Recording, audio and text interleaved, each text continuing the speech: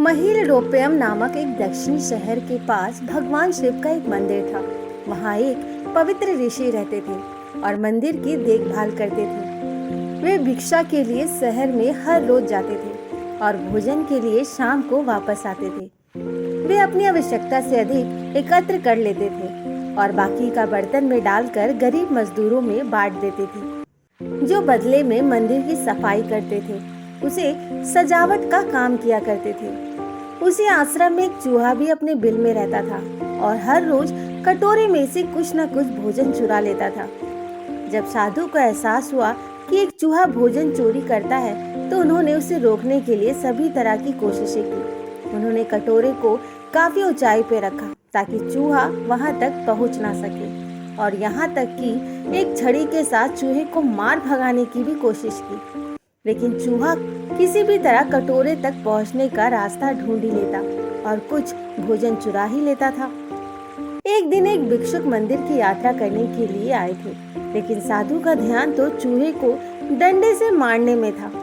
भिक्षुक से मिल भी नहीं पाए। इसे अपना अपमान समझकर भिक्षुक क्रोधित होकर बोले, आपके आश्रम में फिर कभी नहीं आऊंगा, क्योंकि लगता है मुझसे बात करने के अलावा आपके अन्य काम ज्यादा महत्वपूर्ण लग रहे हैं। साधु विनम्रता पूर्वक चूहे से जुड़ी अपनी परेशानी के बारे में भिक्षुक को बताते हैं।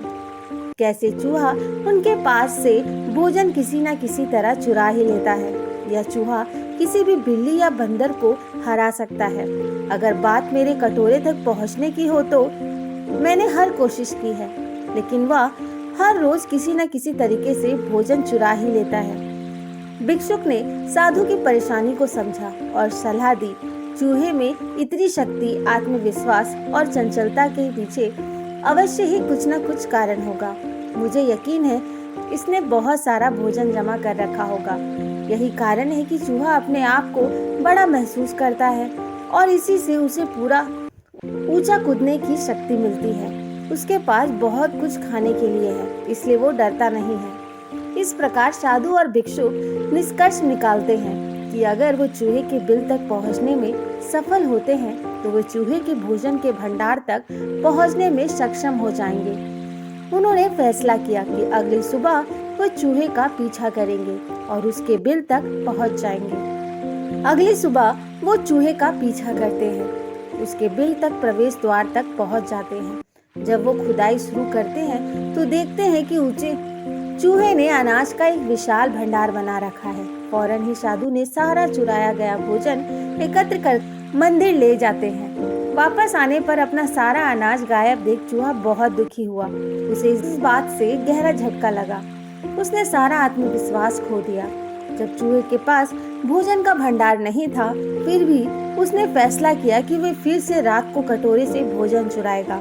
लेकिन जब उसने कटोरे तक पहुंचने की कोशिश की, तब वह धड़ाम से नीचे गिर गया और उसे यह एहसास हुआ कि अब ना तो उसके पास शक्ति है और ना ही आत्मविश्वास। उसी समय साधु ने भी उसी छड़ी से उस पर हमला कर दिया। किसी तरह चूहे ने अपनी जान बचाई और भागने में कामयाब रहा। फिर वापस मंदिर कभी नहीं आया। दोस्तों, इस कहानी से हमें यही शिक्षा मिलती है कि यदि हमारे पास भी संसाधनों की कमी ना हो तो हम में भी अद्भुत शक्तियाँ और आत्मविश्वास की कभी कमी नहीं हो सकती। तो दोस्तों, आज की ये कहानी कैसी लगी कमेंट बॉक्स में ज़रूर बताएं। धन्यवाद।